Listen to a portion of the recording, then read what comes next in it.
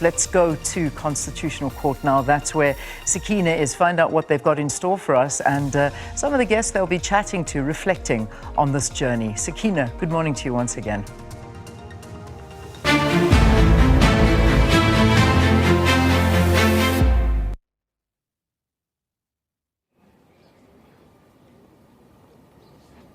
Well, good morning, Leanne. Good morning, everybody, and welcome back to Constitution Hill once more as the sun rises over this very spiritual place. And, you know, earlier I was making reference to some of the historic events that have taken place here, some of the people who were imprisoned here, and I touched on the indignity that the people who were imprisoned here had to live through, and they would go through that with the full glare of people in buildings surrounding this place that could look on and see how they were being humiliated.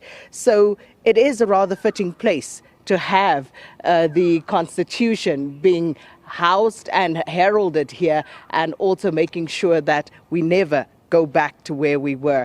But of course, we told you earlier on about a very, very exciting project. And this is, of course, what we are unveiling. Part of the reason why we're here this morning, Democracy 30 on SABC. And here you have the man who is going to be the face of it. Oliver Dickson, good morning. Morning, Sakina. Thank you so much for having me. This really is, you're right, a very deeply spiritual place. You can't be here and not feel the gravity of our history, the gravity of our freedom and democracy, and really take it all in. And you know, last night I was thinking about the lead up to the 27th of April 1994. Trying to remember where I was, it wasn't a difficult task, because it was just such an exciting time, but it was also a very volatile time in our country. And I remember going to a supermarket and the shelves were empty because people were stockpiling, because they were not sure what was going to happen with this transition. COVID. I asked that because I was a few months old. I'm as old as this country's democracy. So I think it's kind of serendipitous that I'm hosting a show reflecting on 30 years of democracy, because it feels a lot like reflecting from my birth to now, and all the highs and lows that have come with it. Yeah. And it truly is a time and a space that I think we need to slow down and ask a sobered question.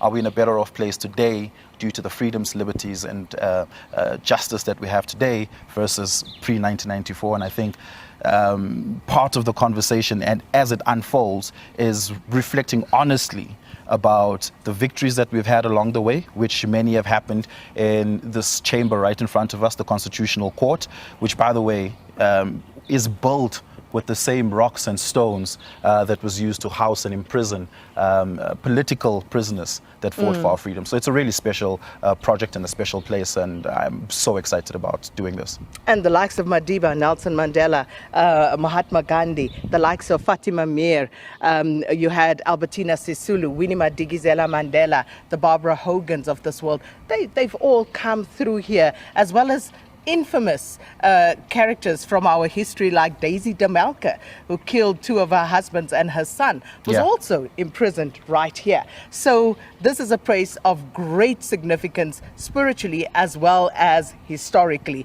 But of course, Democracy 30, Oliver, tell us about it. So what can we look forward to? So we're going to take stock between now and this show launches this morning, like that's what we're here to do in part.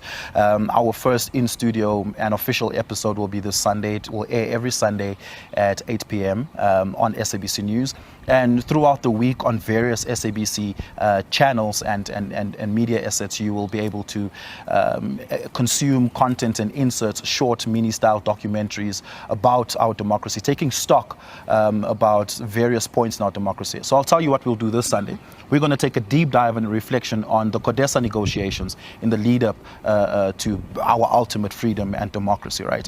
And at various other points, we're going to reflect on key institutions that played a part in that, such as the arts and the artists and the activists that played a role in crafting the messaging to the rest of the world about what was truly happening here. We're going to be speaking to some of those people. You're going to be speaking to one such person today, right? And that's an important conversation. We're going to be reflecting on the courts. We're going to be reflecting on the economy throughout the time. We're going to reflect on our role in the international community. But we're also going to ask really difficult questions as we explore the various themes that make up democracy. As we know, justice, restitution, inclusion, and things such as building the rainbow nation has been an incredibly difficult task. In fact, the concept of the rainbow nation, at least within my generation, is impugned. Many ask, was it a facade? Is it a real thing?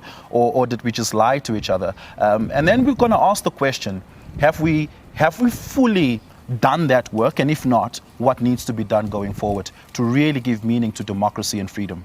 So essentially touching the past, the present, and hopefully looking at where we want to go as a nation. Absolutely. And that means that a program like this needs the engagement and interactions of ordinary South Africans across the length and breadth of this country. Because, normatively, when we speak about democracy, we're speaking about the impact it has in the lives of you and I and many other people, right?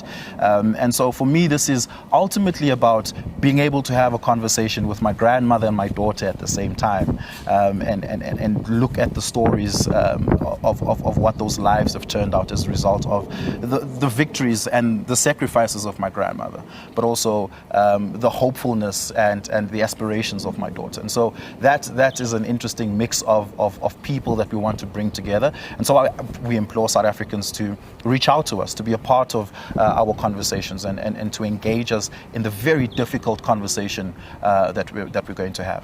And I must say, personally, I am looking forward to it. So this Sunday at 8 p.m. on SABC News, Democracy 30 is the program that we're launching. And how long is it going to run for, Oliver? It's running from this Sunday all the way up until November. Fingers crossed, if it's a show that really resonates with South Africans, I'm sure our bosses will say, hey, let's keep this thing going, because the conversation about democracy, the conversation about freedom and justice is a never-ending conversation. Well, Oliver Dickson, there you have it. Democracy 30. He is, of course, your host.